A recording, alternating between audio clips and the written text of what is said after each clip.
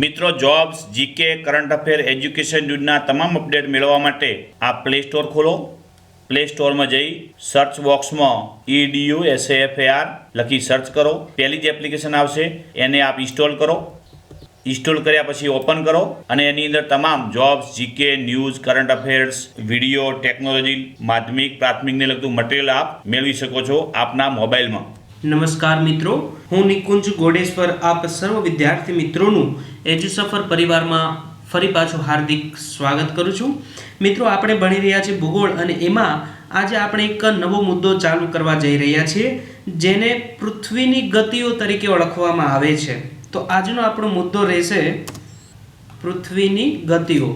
તો મિત્રો, આપણે પૃથ્વીની ગતિઓ ભણી હોય તો એમાં બે પૃથ્વીની ગતિ છે. એમાં પહેલી જે છે એને કહેવાય છે પૃથ્વીની દૈનિક ગતિ અને જે બીજી ગતિ છે એ છે પૃથ્વીની વાર્ષિક ગતિ. પૃથ્વીની વાર્ષિક ગતિ. તો આ બંનેને હવે આપણે વધારે ઊંડાણપૂર્વક અભ્યાસ કરીએ. જો એક અહીંયા મેં આકૃતિ આપી છે. આ આકૃતિના આધારે સૌ પહેલાં આપણે સમજી લઈએ કે દૈનિક ગતિ એટલે શું. તો દૈનિક ગતિને ઇંગ્લિશમાં કહેવાય છે રોટેશન. જો આ જે રેડ કલરની તમને ફિગર જે દેખાય છે એ અક્ષ છે પૃથ્વીની, અને એ અહીંયા જે ગ્રીન કલરની જે બીજી ફિગર તમને દેખાય છે આકૃતિ, એ છે પૃથ્વી ફરી રહી છે એવું નિર્દેશન કરે છે. તો હવે આપણે આ આકૃતિ તમે જોઈ લીધી. આ છે પૃથ્વીની દૈનિક ગતિને લગતી આકૃતિ. હવે આપણે થિયરી અભ્યાસ કરીએ. જો પૃથ્વી સદૈવ પોતાના અક્ષ ઉપર પશ્ચિમથી પૂર્વ તરફ ફરતી રહે છે, અક્ષ ઉપર અથવા ધરી ઉપર એવું પણ તમે કહી શકો. તો આ જે ફરવાની ક્રિયા છે એને પરિભ્રમણ તરીકે ઓળખવામાં આવે છે. પરિભ્રમણ અથવા પૃથ્વીની દૈનિક ગતિ તરીકે ઓળખવામાં આવે છે.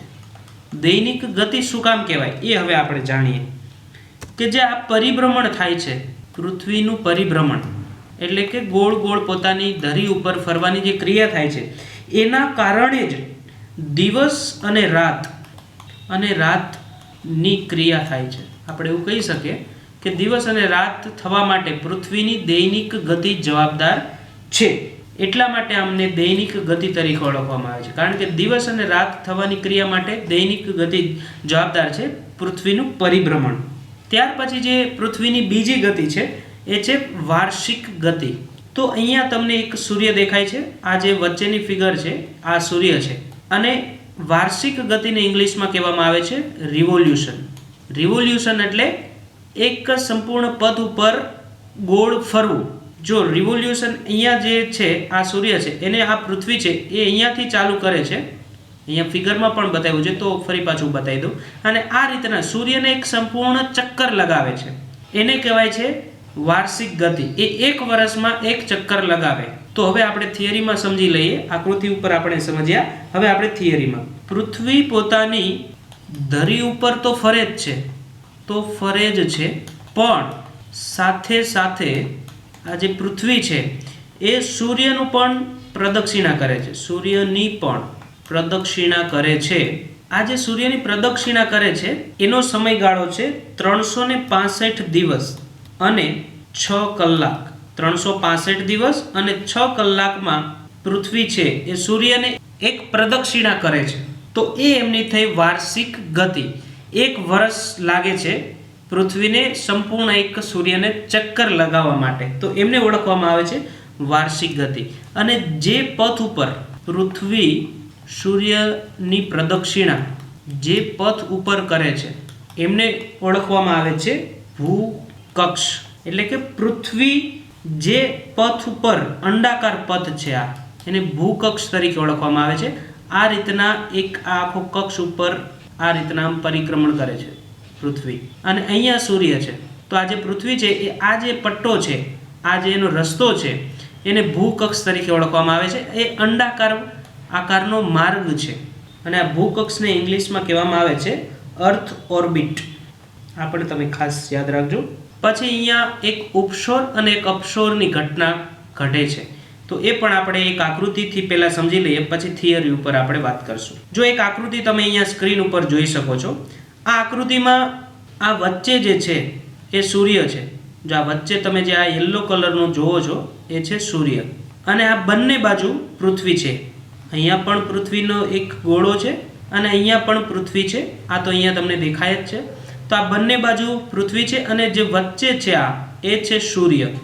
તો સૂર્યથી પૃથ્વીનું અંતર એના આધારે અપસોર અને ઉપસોર નક્કી થાય છે.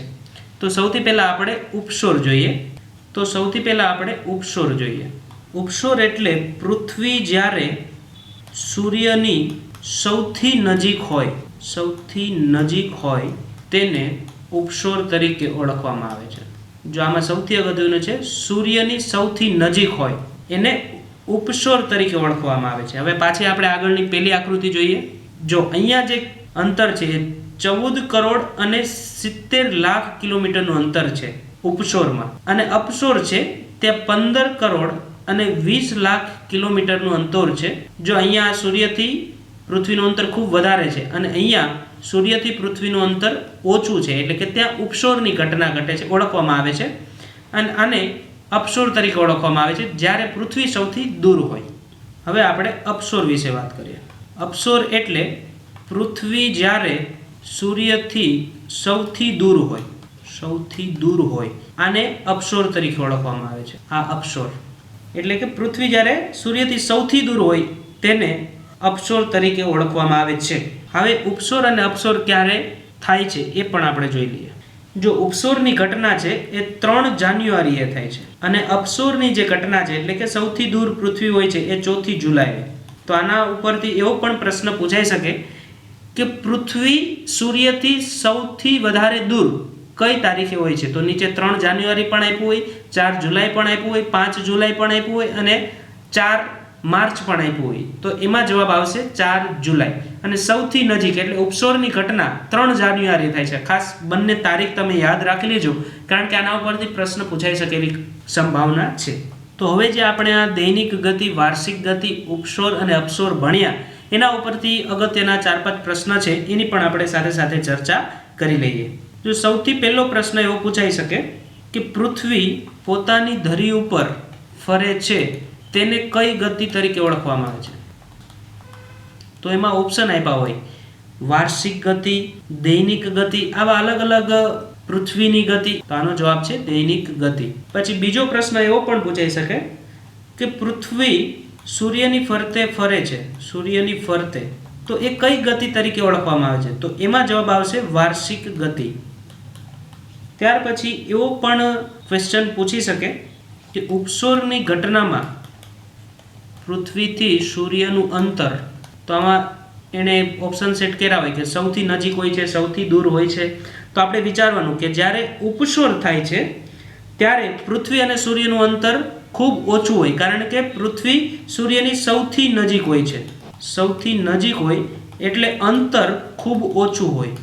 પછી જ્યારે અપસોરની ઘટના થાય ત્યારે પૃથ્વી અને સૂર્ય વચ્ચેનું અંતર ખૂબ વધારે હોય. શું કામ? તો કે એનું કારણ છે પૃથ્વી સૂર્યથી સૌથી વધારે દૂર હોય અપસોરની ઘટનામાં. પછી બંનેની ડેટ પણ પૂછી શકે, એવો પણ ક્વેશ્ચન પૂછાઈ શકે કે અપસોર ક્યારે થાય છે. તો એની આપણે આગળ ચર્ચા કરી ડેટ કે 3 જાન્યુઆરી એ અપસોર થાય છે. પછી એવો પણ એક પ્રશ્ન પૂછી શકે અપસોરની ઘટના ક્યારે ઘટે છે. તો નીચે તારીખ આપી હોય તો અપસોર છે તો ખાસ તમે યાદ રાખજો. પણ આ હું તમને જવાબ કહેતો નથી, આ હું તમને હોમવર્કમાં આપું છું. આ યુટ્યુબનું નીચે કમેન્ટ બોક્સ છે જ્યાં તમે વિડીયો જોઈ રહ્યા છો, ત્યાં તમારે આ અપસોરની ઘટના ક્યારે ઘટે છે તો આપણે આગળ ચર્ચા કરી એનો જવાબ તમને ખબર હોય તો તમારે અહીંયા લખવાનો છે, અને ન ખબર હોય તો વિડીયોને થોડો પુશ કરીને પાછળ લઈને એ જવાબ જોઈને ફરી પાછો અહીંયા જવાબ તમારે લખવાનો છે. જો મિત્રો તમને આ લેક્ચર પસંદ આવ્યો હોય તો જરૂરથી આ લેક્ચરને લાઈક કરજો, જેથી કરીને અમારી જે એજ્યુસફરની ટીમ છે એનો ઉત્સાહ ખૂબ વધે, અને ઉત્સાહ વધે તો અમે વધારેમાં વધારે વિડીયો બનાવીએ અને આપને જ મદદગાર થઈ શકીએ. અને જો તમે આ ચેનલ અમારી સબસ્ક્રાઈબ ન કરી હોય તો જરૂરથી ચેનલને પણ સબસ્ક્રાઈબ કરજો, અને આવા જે લેક્ચર છે એજ્યુસફરના એ તમારા મિત્રોને શેર કરજો, જે ટોટલી યુટ્યુબ ઉપર ફ્રી અવેલેબલ છે.